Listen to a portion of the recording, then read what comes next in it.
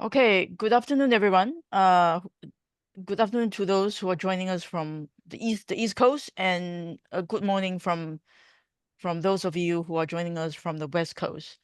My name is Lynette Ong. Um, I am director of the China Governance Lab at the Asian Institute and the Munk School. And today's webinar is titled "Canada at the Crossroads: Canada-China Relations under Carney's New Government."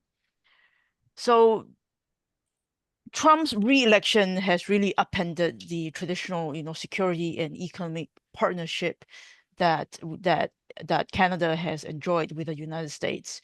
And China is supposed to be the market that we diversify the trade from the United States. But as we know, China is very far from a reliable trading partner. So in that sort of context, what are Canada's choices in terms of engaging and dealing with China, given the known risks and uncertainty? And some people may even ask, should Canada engage with China at all, given its authoritarian nature and record of arbitrary detention of Canadians? And and how does this calculation change under re-election of President Trump? And and I think analysts and scholars who examined Canada's relations have always done it, in the context of Canada-US relations and Canada-China relations, almost in isolation. But I think in terms of Canada's foreign relations as a whole, it is important to bring all these things together. And that is actually the underlying motivation of me organizing this webinar today.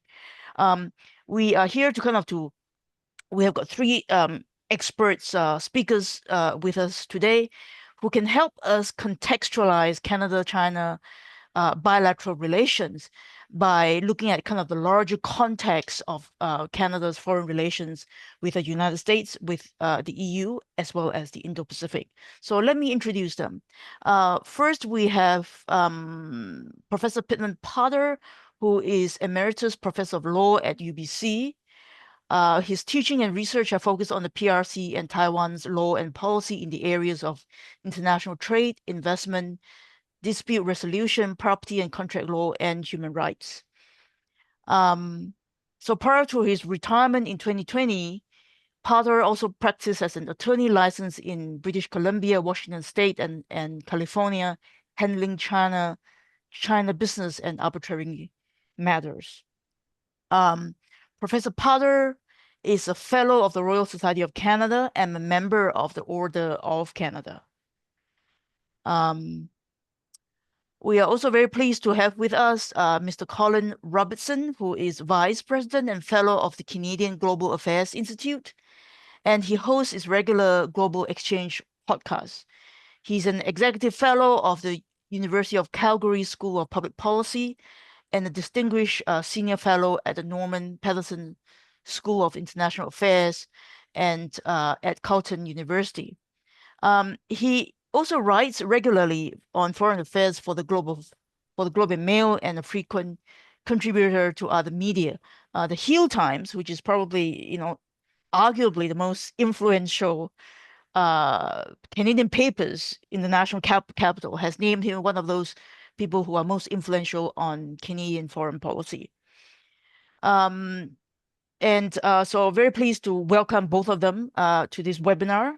And again, I'm Lynette Ong. Welcome all. So I'll hand over the floor to you, Professor Potter.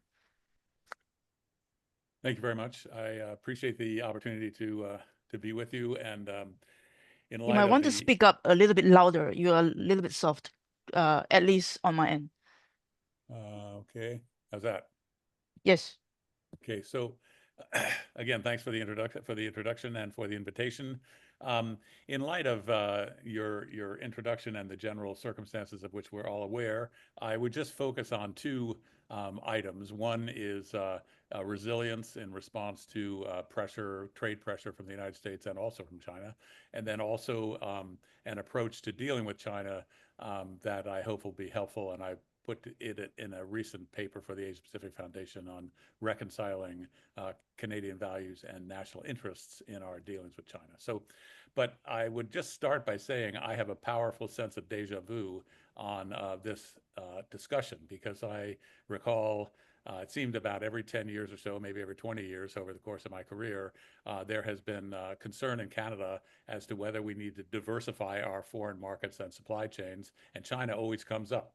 So here we are again, and I would just urge the listeners and the participants that yes, diversification is critically important, but we want to look at multiple parties in our diversification efforts and not look at one single big economy, say China, for example, as the savior to Canada's problems. Actually, one of the really potentially good things that's come out of the U.S. pressure is efforts in Canada to restructure our economy a bit and get rid of interprovincial trade barriers and diversify our supply chains and so on. And all of those are things that we should continue to do, and and so that's potentially a good thing. So anyway, with that matter of introduction, I would just say that one approach to dealing with the current situation with the United States in particular involves resilience, and we've heard the Prime Minister use this term repeatedly, and others as well.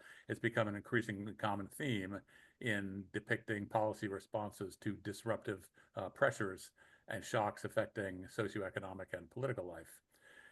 In Canada, policy resilience has aimed in part to insulate domains of economic prosperity, social cohesion, and political integrity from pressures and shocks such as foreign, mostly China and US tariffs, and also diminishing social access to public goods and questions of political interference.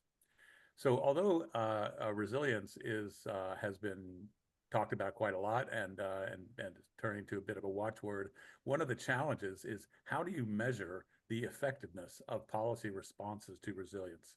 So I've been working on a paper about this issue, and so for example, I put together a bit of a template which is essentially policy impact analysis oriented, where we look at the say in economic prosperity, we look at the present conditions, and then we look at the disruptive shock, we look at the resilience measures and their policy purpose, and then we recommend a longitudinal assessment of essentially before and after analysis to determine the effectiveness of particular measures. So for example, if we're looking at the tariff situation, the present condition is of course reliance on CUSMA tariff limits. The disruptive shock is US tariffs that are currently being assessed by the US Supreme Court, but we won't hear anything about that till next May.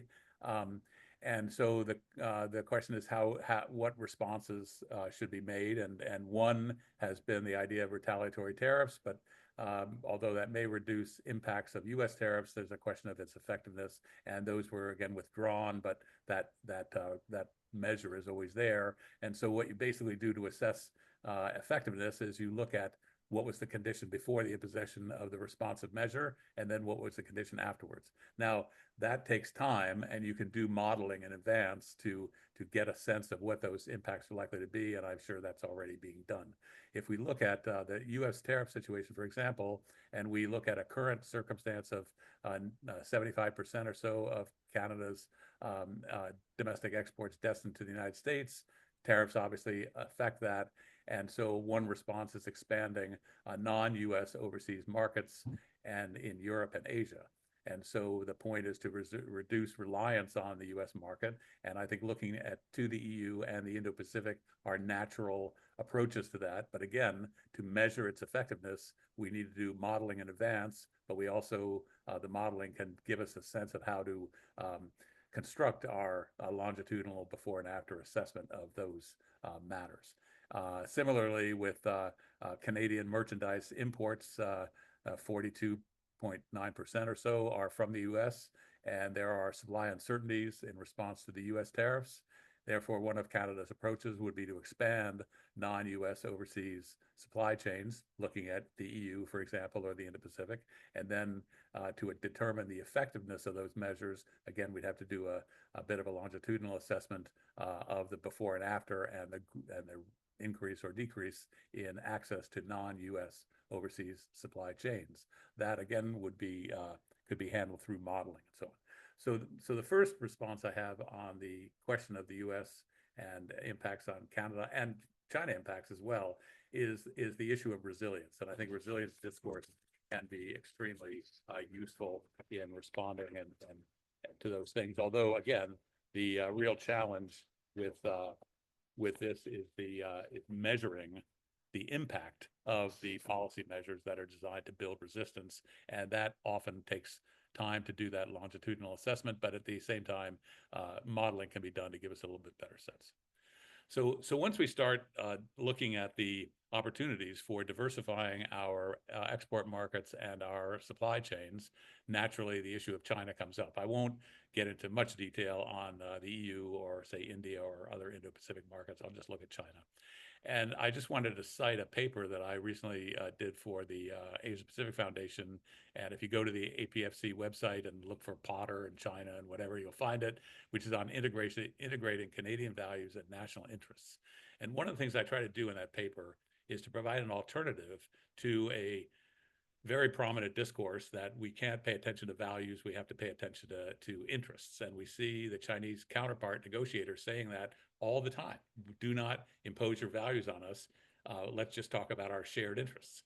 But what the paper does is using Niels Bohr's concept of complementarity, I would suggest that national interests and Canadian values are two sides of the same coin. And one example I would give would be the rule of law. So when we look for compliance with international trade rules on dumping or subsidies or trade barriers against goods produced with forced labor in Xinjiang or Tibet or elsewhere, we are not imposing our values on China. We are upholding our national interest in the rules-based international order. And I would say the same goes for human rights issues. Human rights issues, I think Canada is not in a position to dictate moral terms to other countries, but Canada is absolutely in a position to insist on compliance with international treaties that China or other countries have signed and in many cases ratified.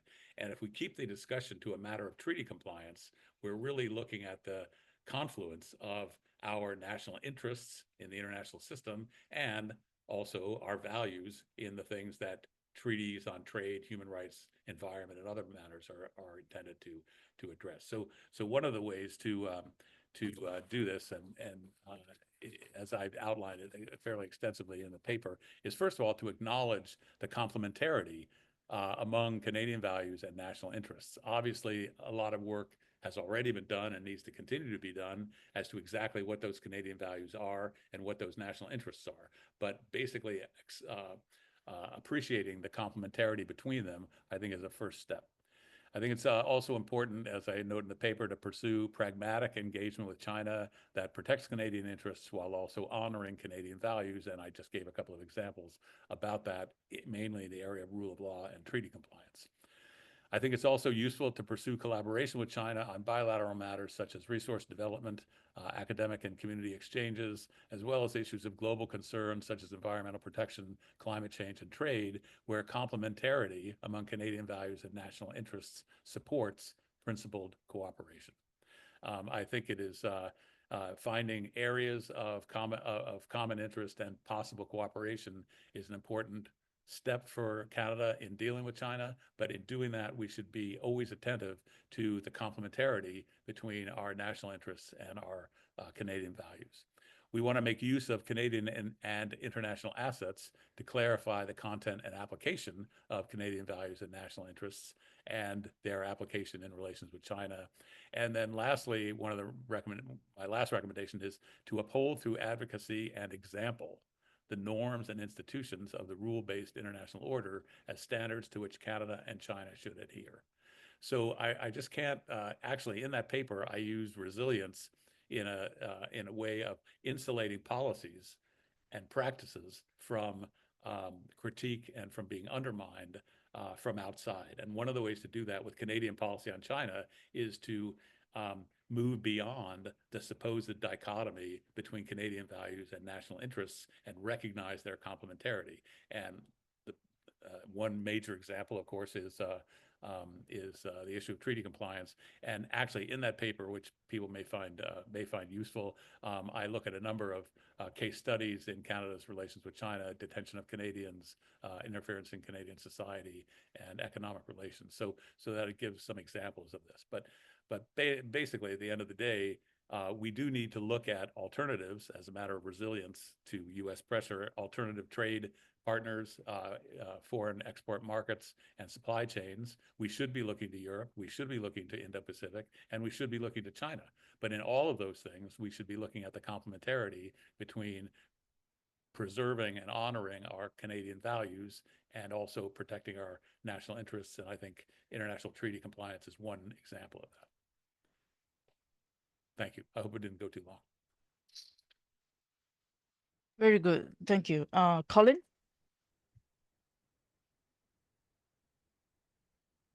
You are muted. Better now? You can hear? Yes. Thanks. Well, then I was going to say, I agree with your initial framing in terms of geopolitics, that things are now dominated by the China-US great power rivalry. Our Indo-Pacific strategy described China as a disruptive power, and I think that same adjective now has to apply to Donald Trump's led America. In my view, both powers seem equally determined, albeit differently, to replace our liberal rules-based order, the one that Pittman's described so well, with one based on power, where the Thucydidean edict of big dictating to small or medium applies. Kevin Rudd, Australia's ambassador to Washington, their former prime minister, put it, the task for the rest of us, democracies, as he called it, it's now managed strategic competition and avoiding conflict while defending our vital interests. I think that's correct. I think for Canada, this means finding a middle ground in our China policy that safeguards sovereignty while avoiding the swings that we've seen between moral idealism and commercial opportunism that have marked our recent history. Our goal with China must be coexistence, combining competition with cooperation while sustaining the people-to-people ties that really do make a difference and outlast political cycles. I think Prime Minister Carney's emerging policy appears to put the emphasis on three truths. The first one is coexistence is necessary on transnational issues, things like climate change, pandemics, nuclear risk, all which require patience and realism. The second would be competition is structural and unavoidable, particularly in technology, ideology, and security.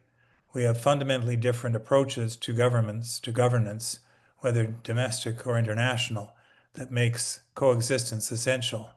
And the third point I'd say is connection through people to people institutions must endure even when politics freeze. I call this approach functional realism, the functionalism principle that we applied post-war with realism about the world as it is, not as we wish it. A pragmatic blueprint for what I'd call selective engagement should follow, I think, these principles. It would include structured political dialogue through regular foreign and defense minister meetings, managed economic engagement via sectoral agreements with dispute resolution clauses, and renewed people-to-people programs in education, cultural diplomacy, and provincial and municipal ties. Polls suggest that Canadians are ready for a careful re-engagement, one rooted in enforcement of our laws. This means sanctions, expulsions, and asset freezes against those who target our institutions or citizens. Human rights issues, like the Uyghurs, Hong Kong, Tibet, and dissidents, remain central to Canadian attitudes. But moral clarity should be matched by tactical judgment. Ottawa's toolkit currently includes Magnitsky-type sanctions, UN monitoring support, and supply chain transparency to prevent complicity in forced labor. We could also give more bite to our declaration on arbitrary detention or coordinate agri-food exporters so that competition profits when one faces Chinese sanction doesn't undo others. Retreating from trade with the world's second largest economy would be self-defeating, and we've recognized that now, I think, since Stephen Baker's age. Canadian agri-food, energy, minerals, forestry, and clean technology all depend on diversified export markets. The electric vehicle transition exposes Canada's vulnerability as Trump's incentives draw production south. Chinese investment in batteries and critical minerals presents both opportunity and risk. I think the reformed Investment Canada Act now applies heightened security to state-linked investors, and this is something that we keep in mind if China were to come in. And if trade and security raise red flags, human connections can rebuild trust. And this is the third point. We've got Canada has 1.7 millions of Chinese, 1.7 million citizens of Chinese heritage. And I think I see them as a national bridge, not as a vulnerability. But still, diaspora intimidation and misinformation campaigns must be countered. But I would heed Senator Yon Pa-woo's edict, who warns that if we overreact to China, we could do more harm than good. I think the coming Foreign Influence Transparency Register must balance security with civil rights. Education remains one of the central conduits for engagement. This particularly applies to universities and colleges, and the partnerships and student exchanges properly safeguarded foster understanding that endures beyond politics. Tourism too can help normalize things. Before COVID-19, we took nearly 700,000 Chinese tourists annually. Beijing's recent decision to reinstate Canada as a preferred travel destination is important. It's a small but symbolic step, I think, towards normalization. To conclude, I think China is neither an adversary to isolate nor a partner to trust blindly. As UBC's Paul Evans notes, the objective is not to wall off China, but to regulate exposure intelligently. It is once again a permanent power seeking to shape the world order.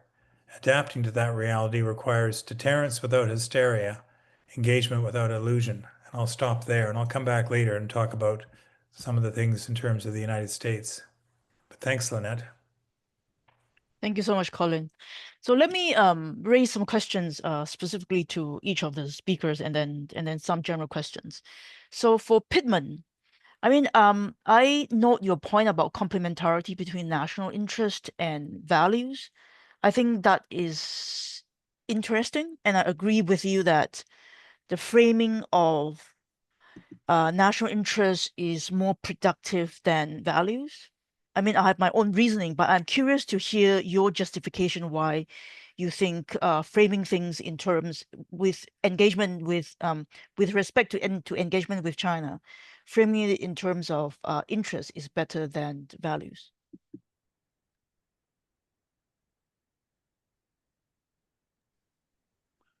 Thank you. Yeah.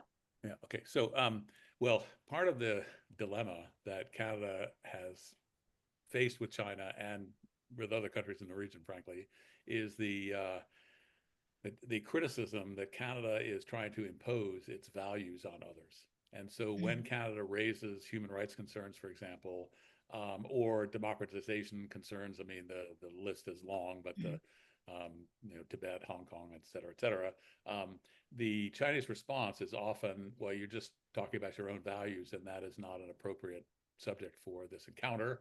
And that is a response that both has merit to it, but it also points us in a direction of trying to resolve those kinds of issues. And so whether we're looking at engagement with our eyes open or engagement conditioned on pursuit of both values and interests, I think we'll get a lot farther. As I said, if we're talking about, say, the Uyghurs in Tibet, the Uyghurs in Xinjiang, rather, or Tibetans in Tibet, the issues at stake here are not so much the question that these are things that Canada doesn't like, because Canada has its own deplorable record of relations with First Nations people, but rather a matter of complying with treaties that China has signed and in many cases ratified, both human rights treaties, treaties against racial discrimination, and many other treaties or international agreements on restricting products of forced labor and whatnot. And these are matters of treaty performance, and treaty performance, I would suggest, is absolutely in Canada's interests. The brutal reality is that the United States and China you know, they're big, powerful countries. They don't really need treaties. They don't really need the international system. And both have shown that disregard sort of repeatedly over the last number of years. And with the US, it didn't start with Trump, and with China, it didn't start with Xi Jinping. But I think one way to sidestep or to actually respond to the challenge that Canada is just trying to impose its values is to focus the discussion on treaty compliance. And that is an area where treaties reflect Canadian values in many cases, and compliance with treaties is absolutely in Canada's interest. So if we're talking about, you know, any number of human rights crises, the numbers escape me, but any number of human rights crises in China that affect Canadian attitudes about China, one of the things we can do in Canada is education, that we are not either in a position morally, politically, or any other way to dictate moral terms to other countries. That is inappropriate, and it's we have no brief to do that. But we are absolutely in a position to protect our national interests in treaty compliance. And whether it's, again, whether it's human rights treaties or trade treaties, environmental agreements, what have you, it is absolutely in Canada's interest to have those fulfilled. And it is true that many of those treaties embrace Canadian values because they grew out of a liberal-based, rules-based international order. But that is, in one way, the challenge to China is to become part of the process that makes those standards, and therefore to have its influence in an appropriate institutionalized way, as opposed to standing outside of them and saying, well, we didn't help make these rules, so they don't apply to us. Well, you know, when you sign and ratify a treaty, whether you're involved in the drafting of the treaty is irrelevant. You signed it, and you are, even by signing, if I just for one more second, even by signing, international law requires that even a state that has signed but not ratified a treaty may not take steps that undermine the purpose of the treaty. So signing a treaty itself involves very significant international law commitments, let alone the process of ratification. And so I think where Canada should place its emphasis in dealings with China and the United States, for example, is on international trade and human rights and environmental and the long list of treaty compliance, rather than saying, we want you to do things our way, which I don't think we have a position to say.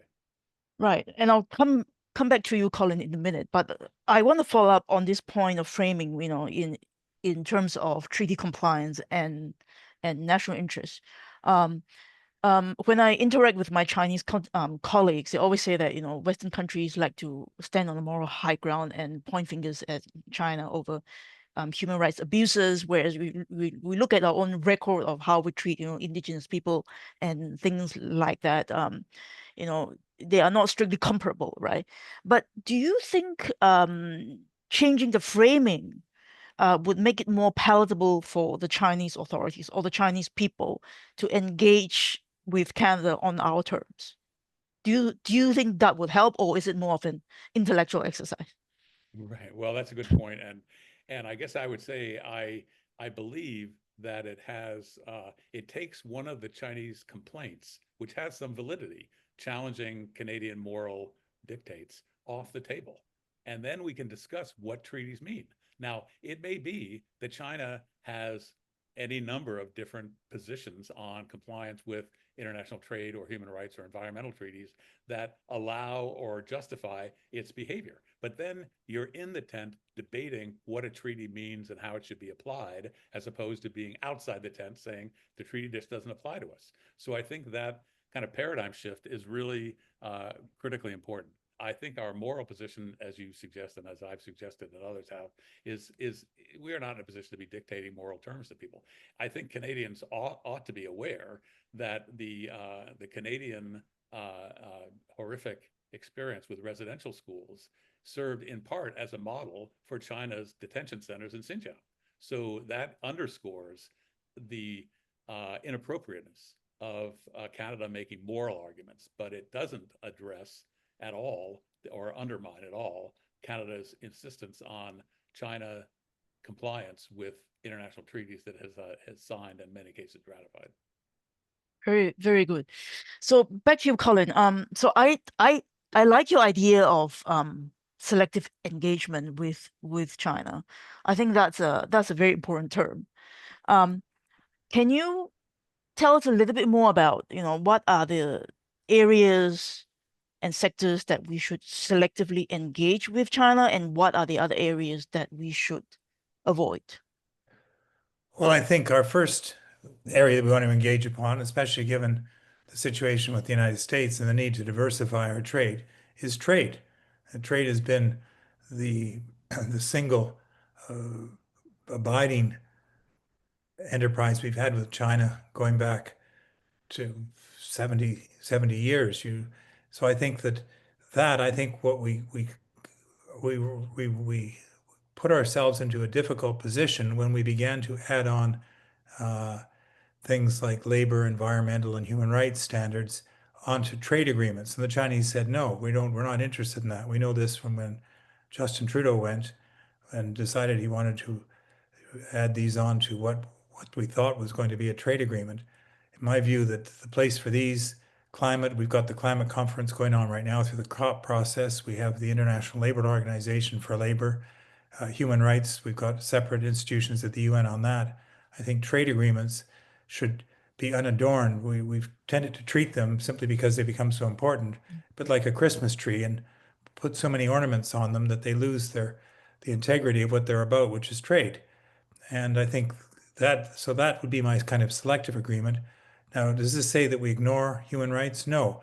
But I think I would take the approach that we did under both Jean Chrétien and Brian Mulroney, who raised human rights uh, in a sense behind closed doors and tended to focus on selective issues where there was a Canadian interest. There are many Canadians, as we know, of dual citizenship, and that's probably where we should be focusing our efforts because we have a real interest there. And the Chinese understand that because, as you pointed out, and I think Pittman would agree, that when we get up and pontificate and preach, we simply lose the whole plot. So this is what I would mean by selective engagement. We're not going to take on the world. We aren't the moral arbiter, nor do we want to be, nor should we be. It undermines us internationally, but rather deal with our interests.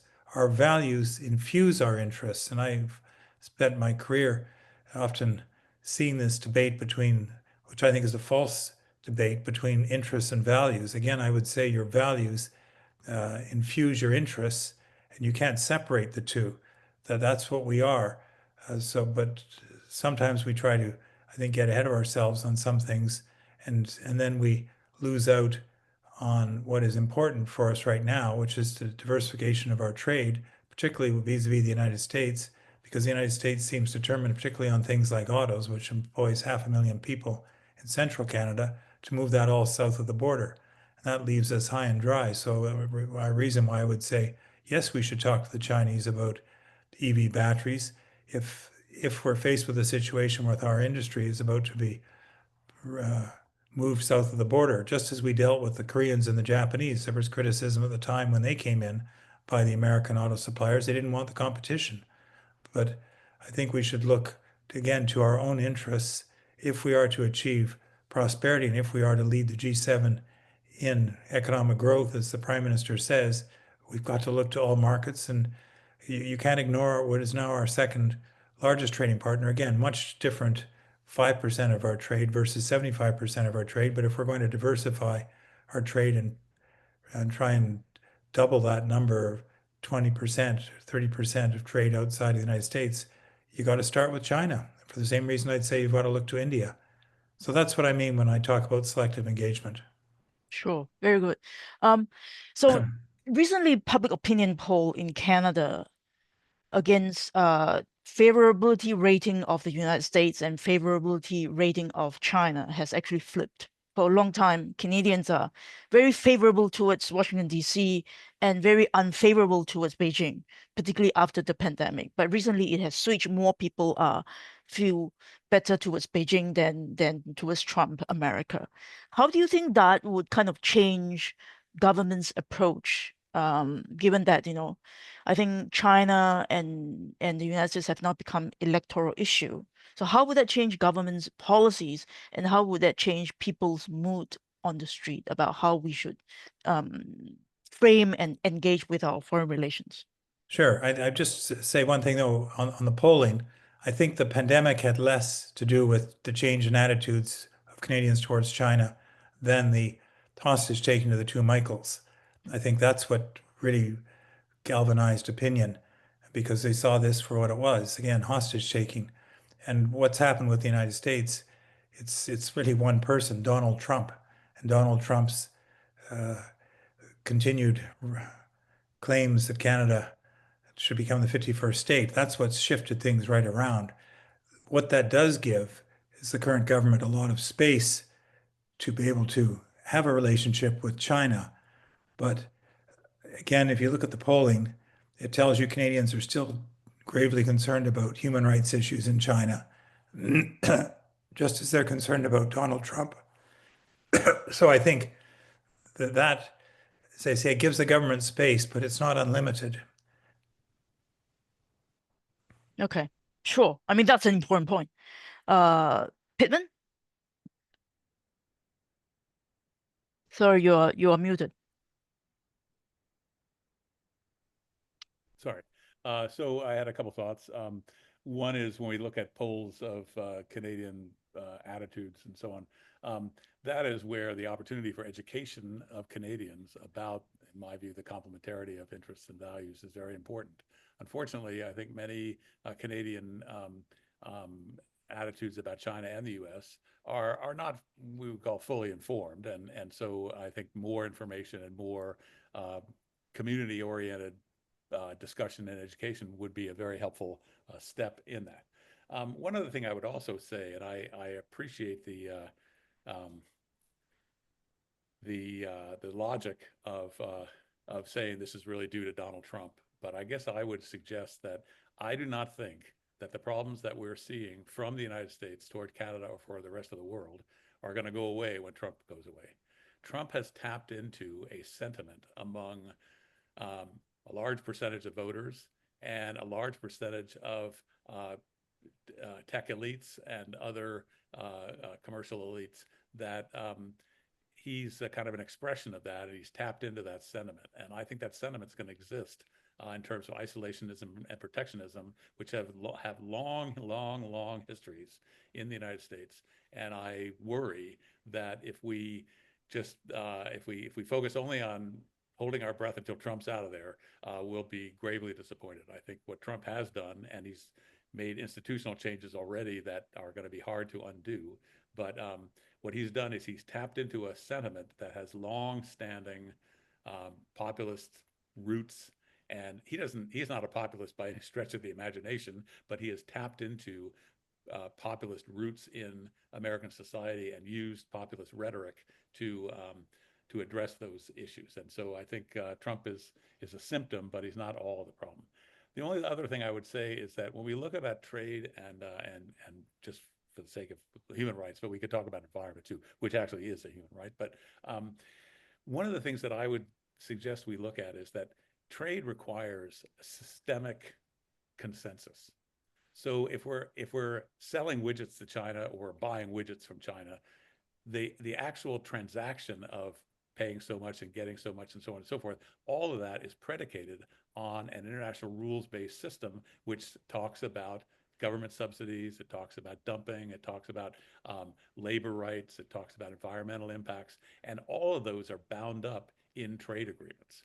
So rather than, I mean, my own drafting suggestion would be that rather than putting specific human rights complaints, if you will, into a trade agreement, what is, in my view, more useful is to ensure that every trade agreement acknowledges the dominant role of international law in setting the terms and conditions under which those trade agreements operate.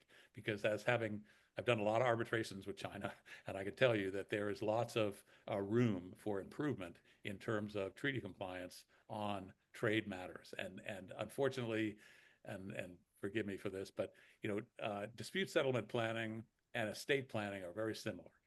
Nobody really wants to talk about it. It's kind of unpleasant. People don't want to do it. But if you don't plan for it, you'll end up paying more in the end.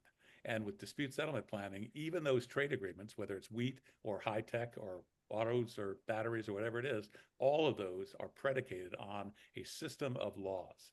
And I think it's perfectly appropriate for trade agreements to make that point, and then just leave the rest of it essentially unsaid so that it can come up in the course of negotiations. So I think committing trade agreements to compliance with international law actually will address a lot of human rights issues on labor, environment, and so on, but also Sure. can set a Sure. principle Yeah. of rules-based engagement, which I think Sure. is critical.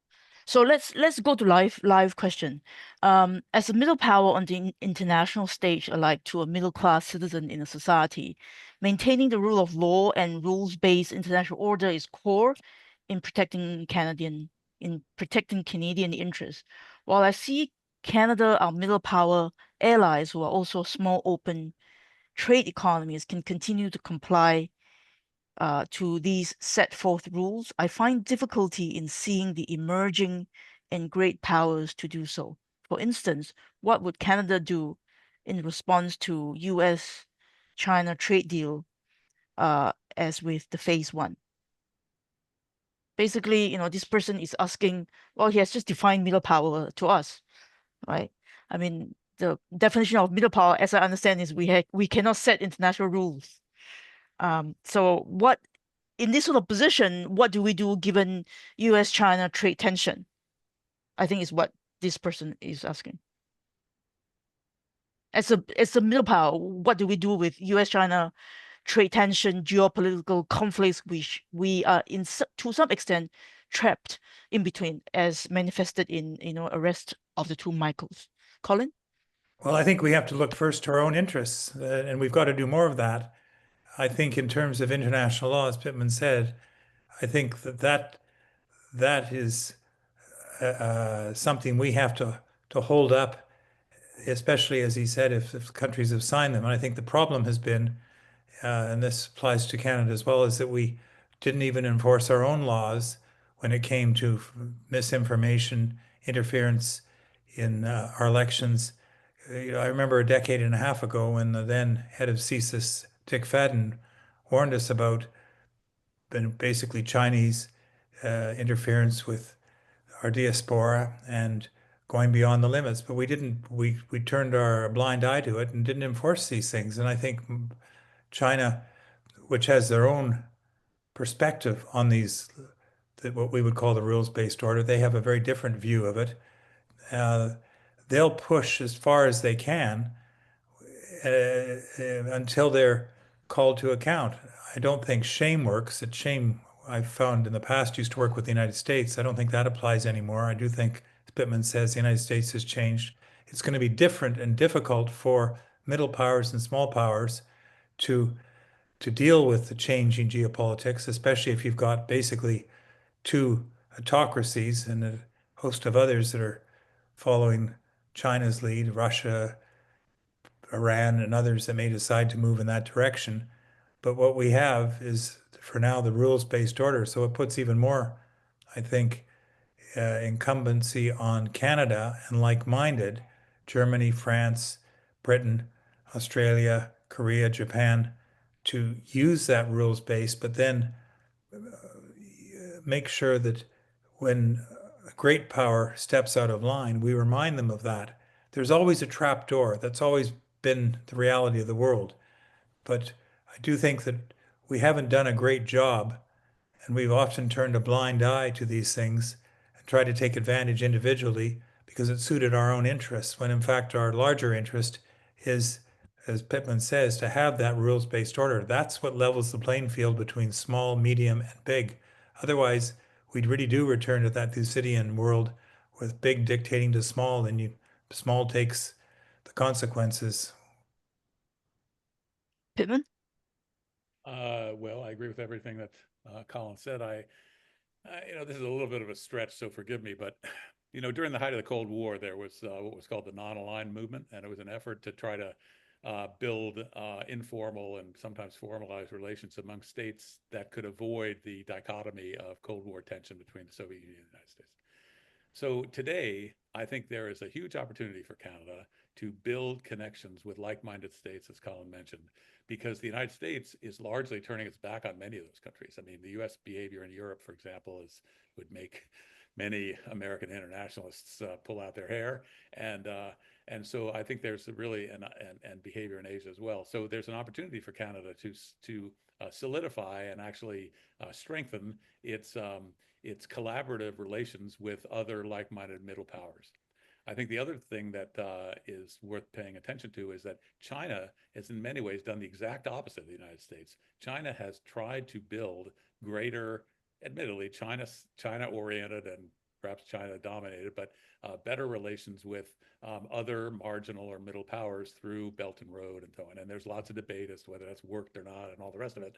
But China's effort has been to build an international coalition of states that will support its perspective on the international rules-based system. And I think we should essentially take a note from that and say we should be doing the very same thing. So I think the ASEAN trade agreement is a step in that direction. I think that there are efforts in Europe that also are steps in that direction so that Canada starts building closer collaborative ties with other middle powers. The other thing I would just say just briefly, and that is that I think we should be avoiding the notion that Canada is just caught between two Goliaths, China and the United States. There are a lot more actors in the world. There are a lot more sources of resources and inputs in the world. There are a lot more markets in the world. And yes, China and the United States loom large. And yes, we have to deal with, frankly, we have to deal with both of them.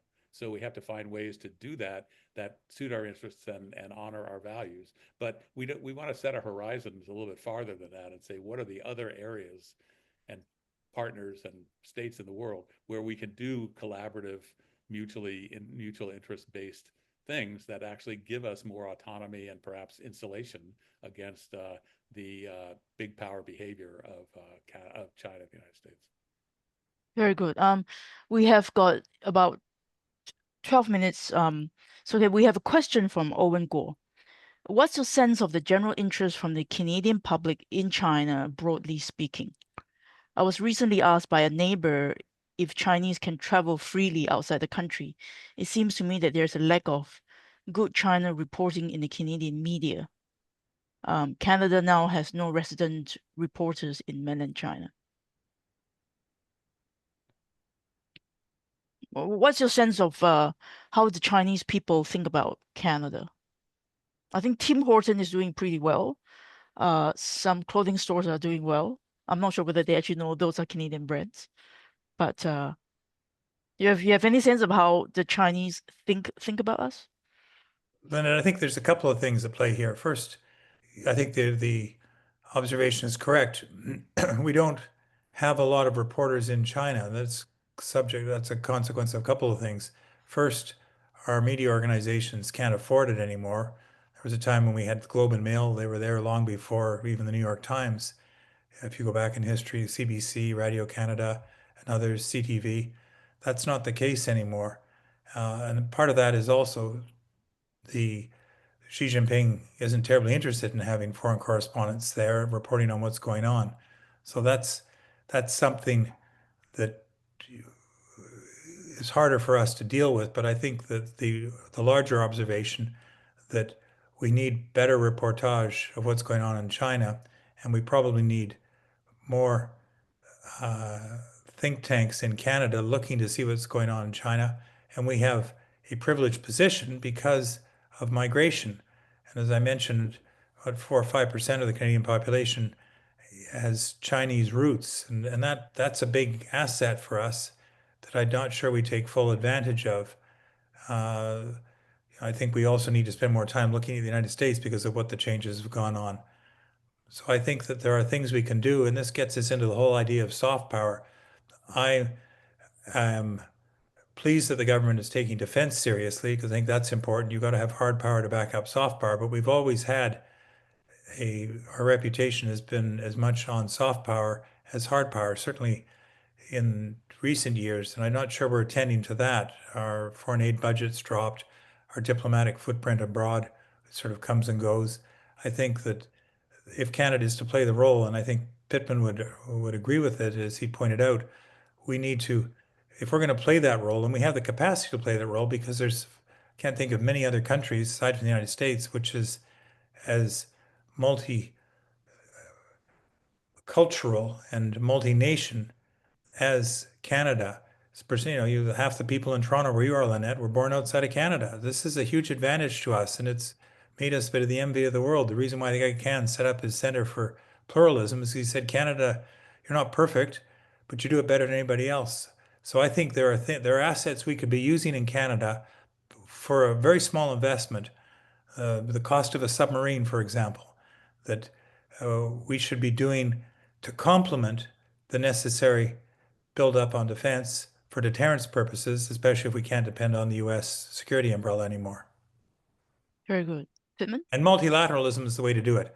I mean, again, the middle powers, small powers, multilateralism is how we level the playing field through rules-based order that Pittman has so aptly well described. That's how we do it. Otherwise, as I say, the other side is what we've experienced for centuries, which was big dictating to small. Thank you for that. That was great, and I don't have much to add. I guess I would just add two cautionary thoughts. I mean, one is China is a very complex place and a very diverse place, and attitudes vary from county to county, from city to city, and so on and so forth. So, and having done a fair amount of survey research in China and supported others who have done the same, I would say that it's a very complex place, and views are not uniform. So, in terms of Canada, I think, from my experience at least, the general view is fairly positive, except that during the two Michaels and the detention of the Huawei executive and so on, that was driven by a lot of Chinese attitudes, were driven by a lot of government views that were prominently displayed in People's Daily and even in local newspapers. So that was a bit of a downtick, but I think there is a general reservoir of pretty good will around Canada. Now, I can't help but share with you and this was some time ago, but seems pretty relevant, what cab drivers in Beijing, who are always a great source of information, used to joke about when they would say, "Where are you from?" And I would say, "Canada," and they would say, "Oh yes, Canada," and Canada, and then na da ja, and then da ja na, which basically means Canada, and then everybody, Canada will take anybody, and then everyone takes advantage of Canada, da ja na, and so there is a sense that we are kind-hearted and helpful, but not always, smart enough to deal with the complexities of the circumstance today. The other thing I would also suggest is that when I absolutely agree with the notion of people from all over the world who come to Canada as being an asset or a contributor to Canadian society, and the Asia-Pacific Foundation did a report a long time ago, about 20 years ago, I think, on Canada's hidden advantage, which has to do with the diaspora communities. But one of the things I've also noticed, having spent a fair amount of time speaking with and teaching with and working with folks from China, is they don't want to be pigeonholed. They don't want to come to Canada and be told automatically they're an asset for us managing China. They want to actually become, in many ways, many want to become Canadian. They want to go to hockey games and drink Tim Hortons and do all the things that Canadians do. And we have to be very careful not to kind of, pardon the term, but essentialize people who are coming from China as as an instrument in our foreign policy efforts. I think that's where education and a welcoming environment play a role, and then let people decide whether and how they want to help governments, local communities, and so on in those efforts. So we have a couple of minutes left, and we have a number of questions. So let me kind of sum them up and give you a bit of my own input. So I think Canada has always been historically living on the margin of a great empire, which is the United States. And we have been lucky enough for decades, centuries, to live off the prosperity and the good relationship. And with kind of polarization of US societies, that's changing as both of our speakers have noted. And even with President Trump gone, he might be just a symptom of the problem, larger societal problem rather than the cause of it. And China is this rising power, which different from us in terms of interests and values. But our traditional hedge, our traditional kind of foundation of foreign relations is also eroding. Given our middle power status, what should Canada do? You have 2.5 minutes each.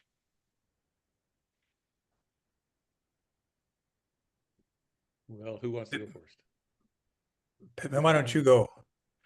What should Canada do? Well, a number of issues have already been touched on here, but I think multilateralism is important. I think alliances with and close cooperative relations with like-minded states is important. I think having a clear idea of what our national interests and our Canadian values are. So, being true to ourselves, I think, is a critical component of that. I think that in the Prime Minister's one of his initial speeches, where he said that the old relationship with the United States is not going to be here anymore. That is, I thought, quite a true statement. And so Canada needs to adjust to being on the sidelines, on the periphery of a large, powerful, and sometimes ornery and unpredictable empire. And that's part of the price of geography that we pay.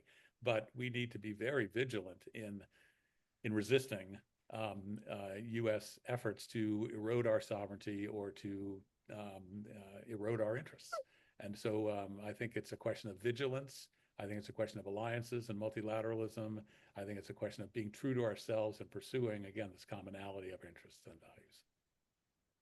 Colin? Yeah, I would agree. And I think it comes down to a balancing, where our interests are and where our interests align with the United States, but at the same time preserving our own autonomy. And I think this means in practice, I'll give you a couple of examples. I think we support U.S. freedom of navigation operations in the South China Sea, but maintain an independent Indo-Pacific naval presence through allied exercises with Australia, Japan, India, Korea, as we're doing. I would suggest you coordinate sanctions and technology controls without embracing a wholesale decoupling, which I think the U.S. would move us towards when they, in fact, may come up with some kind of deal with China. And importantly, and I think thirdly, and I think this is what Pittman's also underlined, is you use the multilateral venues like the G20, APEC, and WTO reform to engage China collectively rather than bilaterally. I just think we've got to remember that China is neither an adversary to isolate nor a partner to trust blindly. It's not going to work that way. It's a permanent power seeking to shape the world order in its own fashion. And so we have to adapt to that reality, and that's going to require deterrence, but without hysteria. And I'd say engagement without illusion. I think Carney's task is to steer between the poles of containment and naive engagement. And I'd call that strategy functional realism, which is what I think we're where we are and where we should be, that serves our interests, but is again infused by our values. Very good. I'm afraid that's all we have the time for. I would like to thank our two distinguished guests who spent an hour with us discussing these very important issues. I would like to thank Asian Institute staff for supporting this forum and everyone else for joining us. Have a great afternoon. Thank you. Very Thanks, much. Lynette. Appreciate it. Thanks, Thanks. Pittman. Yeah, thank you, Colin. It was a pleasure. Bye-bye.